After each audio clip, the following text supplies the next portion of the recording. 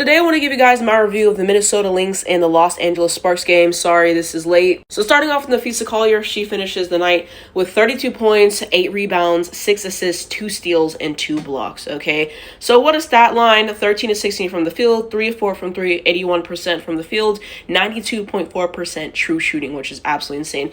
But yeah, she was just on a heater.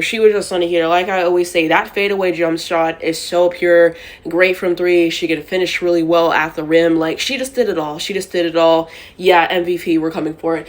And literally everyone was talking today about, there's this promotion, I think if a player gets 40 points, they get free DoorDash, or DoorDash gets discount or something like that. And multiple players in the past few weeks have had 30, but no one can seem to hit 40 and everything like that. And I literally tweeted, I was like, maybe DoorDash was the friends we made along the way, because, like, I don't know, like, they can never seem to get there, and people think maybe Kathy has something to do with it. I don't know, but phenomenal game from Nafisa regardless. She can really do everything.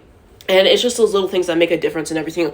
Like, there was this one play, there was a shot that was made, someone missed it, she got the rebound, and then she kicked it out, I think to Elena Smith or somebody else, and then she hits the 3. And there was this really cool play that was later and everything. Peely gets the rebound, she hands it to Nafisa, she throws it down the court. I think Heidemann gets it, she throws it to somebody they missed, and then I think Peely ended up getting that. So, like, those little things add up over time, and just offensively, defensively, she's getting it done. So, yeah, Nafisa Collier for MVP. Like, she just played really well. They couldn't guard her, man. Like, bro, she was just killing him. Bro. Like, I think they said that she had 26 at halftime, and the Sparks score was 26. So yeah, she was great. Next up, we got Courtney Williams. So she finishes with 17 points, 3 rebounds, 2 assists, 6 of 10 from the field, 3 of 4 from 3, 60% field goal percentage, and 75.1% true shooting.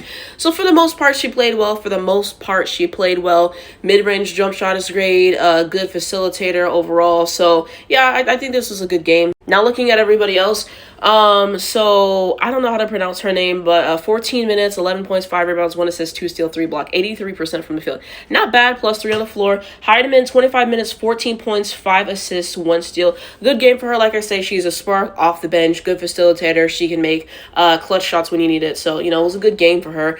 And then Carlton is 6 points, 2 rebounds, 4 assists, 1 steal, 1 block. Okay, so not bad. Smith only had 3 points, and then I can't see everything else. And I'm pretty sure she blew another layup. Like, I don't get blowing easy layups, and I think she got hurt, so hopefully she's okay. But yeah, and then next up we have McBride, I think 4 points. I can't see the rest of the metrics, only 20% from the field. I forgot to talk about her in my last review. I apologize for that. That was a mistake on my part. I think she had a good game last game, if I remember.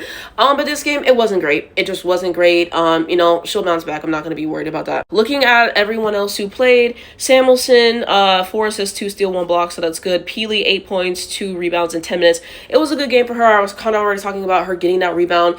She was able to get some good shots down the stretch. So, you know, this is a good game for only playing 10 minutes and for her role. Diamond Miller, 3 points, 3 rebounds, 2 assists, 0 steal, and then Kosu, 3 points in 3 minutes. So why did they win this game? Let's look at the advanced metrics. So from the field, the Sparks shot 41.4%, 24 of 58, which isn't great. And then they were just way more efficient from the field, 41 of 72 from the field. So making a difference, just having better shot selection, being able to get to the spots. Like I say, it reminds me a lot of the UConn offense, always making the extra pass, getting the best shot available. So, you know, they just shot better from the field overall. If we look at 3-point percentage, the Sparks did shoot better, but the Lynx had more threes, 12 to 29. So, I mean, that certainly helps. Free throws, they had way less than the Sparks, but 7 of 10 is not bad. And then the Sparks were able to cash in on the free throws. Turnovers, this really helps. So they only had 9 turnovers to the Sparks 21. And I will say this, but I feel like their defense was a lot better this game. I talked last game how I felt like their defense just was not what I'm used to seeing from them at all. Multiple times last game, them getting open layups, backdoor cuts, and just, I don't know, like, defensively last game, they weren't great. Even Nafisa was saying that in an interview. She's like, we weren't happy with our defense last game. So I feel like they really stepped it up. It was probably better more so in the first half, but yeah, their defense, like, they're one of the best defenses in the league. Just stifling, forcing shot clock violations, getting deflections, turnovers, like all those little things. So I think that the defense was a difference in this game for sure. And the amount of turnovers they were able to force definitely helped them. So only 21-9. So they were able to, you know, clean it up in that regard. Rebounds 43 to 31, so they got out rebounded. So yeah, that's not great. That's not great. This was probably toward the second half because, like I said, I think Sparks only had 26, and then they were making more of a push. I mean, the game was over. Like, it wasn't really ever close. They were making more of a push second half, but gotta do better crashing the boards. 30 assists to 14. So like I said, always making that extra pass, so that helps. Blocks 10 to 1. Yeah, they were having a block party. They were having a block party. Okay, everyone was getting involved. I love that. Defensive rebounds 24 to 21, so pretty close, but Sparks edged him out. Offensive rebounding and got killed in that as well. Points off of turnovers 29 to 10, so that really goes into what I was talking about with the turnovers and everything like that. But making them turn it over and scoring off of that and being able to capitalize is great. Then we see everything else. Points in the paint, 50 to 30, so better in that regard. Fast break points, 8 to 9. So yeah, they're about equal in transition, and then we have moments of missing easy layups and stuff like that. Second chance points, 12 to 16, so Sparks were better in that way. They had more steals, 9 to 3, and the personal fouls, 23 to 14. 23 personal fouls is crazy. And then some extra thoughts as well. Yeah, they just played better. I mean, I think they had 34 points in the first quarter. And like I said, Sparks had, 26 at the half. So just generating great offense, great looks, being unselfish, setting the screen, playing great defense as a team. Like, they were just humming offensively. And this is the Lynx that I like to see. Like I said, the last game, wasn't pleased with what I saw from them for the most part. They were still in it, but I knew the kind of basketball that they can play. And this was them getting back to that. 30 assists and 9 turnovers. Great ratio. So yeah, this is them being back in their bag. They definitely responded after the last game. So I was pleased with it. I think there's a lot of plays to like. They were able to capitalize on the Sparks defense, which is not great, which I'll talk about. But I was pleased with it. Let me know down below in the comments, what were your favorite plays from this game in particular. I might be forgetting on some, but I think those are the things that made a difference overall. Looking at the Sparks side, let's start off with Kelsey Plum. So she finishes the night with 20 points, 3 rebounds, 4 assists, and she was 5 of 16 from the field, 3 of 5 from 3, and 7 of 8 from free throws, 3 turnovers, 31.3% field goal percentage, and 51.2% true shooting. This was a bad game for Kelsey Plum. So many times she had flowers or mid-range jump shots, and she just could not cash in on them for shit. She was always a day late and $1 short on those. So that was frustrating to see and everything like that, because Kelsey Plum's one of my favorite players to watch. So 5 of 16, not great. She was able to capitalize at the free throw line and everything. So if you just saw this blindly, be like, oh, it was a good game. But watching the game, child, she couldn't buy a bucket. It was bad for her. So yeah, there's that. Then next up, let's talk about Rickea Jackson. So she finishes with 18 points, 5 rebounds, 2 assists, 50% from the field, 67.6% true shooting, and then she had 6 of 12 from the field and 3 of 5 from 3 and 3 free throws. So overall, I thought she, played well. She had some good threes, some good finishes and everything like that. So, I thought for the most part she played well.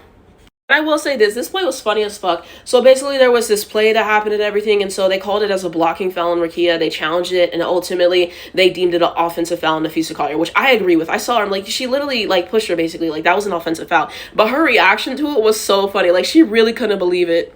And then here's another photo. She really could not believe that they were calling it on her. But yeah, that was a funny moment. I'm going to use this meme. Now into De'Erica Hamby. So 10 points, 12 rebounds, 2 assists. Not bad. 4-9 shooting, 44% from the field, 50.6% true shooting.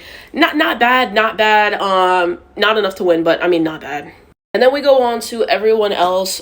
So Cannon, 14 points, 2 rebounds. Not bad, 71.4% from the field.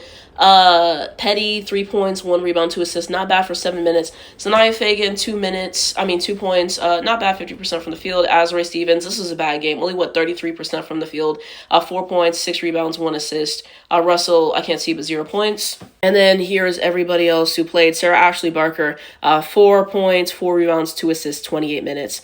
50% from the field. So yeah, like I said, after I saw the first game, she moves me because she plays really hard on defense. She was able to get some tough finishes. So I like what I've seen from her. We'll see how she develops. But, I like to watch her play. Liu King, 3 points and then 2 rebounds. So there's that. Why do the Sparks end up losing their game? If you look at all these advanced metrics, it tells you a lot. 21 turnovers to 14 assists. You can't win that way. Okay? And so having 26 points at the half is shameful. It really is. And just offensively, they could not buy a bucket. I saw some bad shot selection tonight, just chucking it up, and they have to have better shot selection, so I wasn't loving that. I think that their defense was was awful. I really think their defense was awful. So many times you're letting them go and leave easy space for layups. And their perimeter defense was non-existent. You're letting them hit so many threes on you, not getting there fast enough to contest the shot, fouling them as well. Their defense is really, really bad. Second half, I think it was better, but defensively, it wasn't great. They couldn't buy a bucket offensively as well. So yeah, just possessions where it looked like a mess and everything like that. Lynx's defense was stifling as well, but ultimately, I think that's why they lose this game. Let me know what you guys think down below in this game in the comments and everything. I can appreciate the Sparks that they kept fighting, but the Lynx, it was just domination. You love to see it.